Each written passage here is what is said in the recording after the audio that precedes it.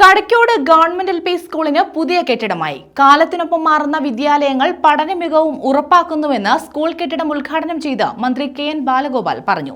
നിർമ്മിത ബുദ്ധി, യന്ത്ര സംവിധാനം, നൈപുണ്യ കേന്ദ്രങ്ങൾ തുടങ്ങിയ പുതിയ കാലത്തിന്റെ മാറ്റങ്ങളും കുതിപ്പുകളും കേരളത്തിലെ വിദ്യാലയങ്ങൾക്കും ഇന്ന് അവകാശപ്പെടാമെന്ന് മന്ത്രി കൂട്ടിച്ചേർത്തു.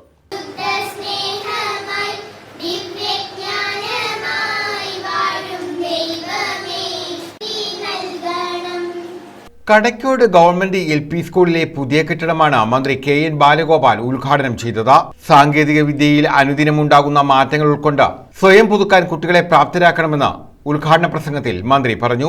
പശ്ചാത്തല സൗകര്യ വികസനത്തിൽ മാത്രം പരിമിതപ്പെടുത്താതെയാണ് സ്കൂളുകളുടെ നിലവാരം മെച്ചപ്പെടുത്തുന്നത്.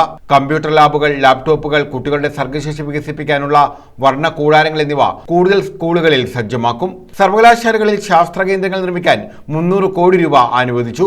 കൊട്ടാരക്കരയിൽ ഡ്രോൺ റിസർച്ച് പാർക്കും കൊല്ലത്ത് IT പാർക്കും ഉടനെ ആരംഭിക്കുമെന്നും മന്ത്രി വ്യക്തമാക്കി. നേരത്തെ പറഞ്ഞതുപോലെ നേരത്തെയുള്ള കെട്ടിടത്തിന്റെ പരിമിതിയെല്ലാം മാറ്റി ഒരു നല്ല സൗകര്യമുള്ള കെട്ടിടം, വലിയ പാരമ്പര്യമുള്ള ഒരു സ്ഥലമാണ് ഈ പ്രദേശം. അങ്ങനെ നല്ല സ്കൂളുകൾ വന്നു.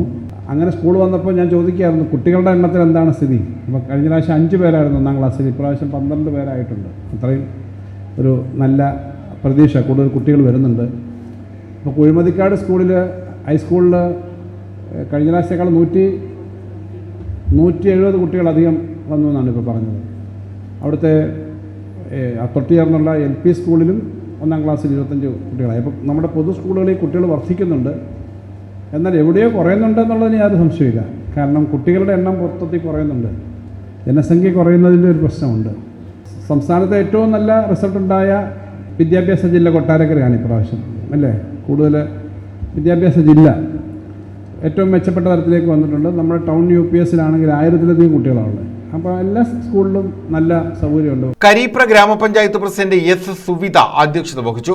Kottarakkara block panchayat president A. Abhilash, ജില്ലാ പഞ്ചായത്ത് അംഗം Jayasree Vasudevan Pillai, vice president C. Udayakumar, പ്രഥമാധ്യാപകൻ V. ജയചന്ദ്രൻ എന്നിവർ പങ്കെടുത്തു.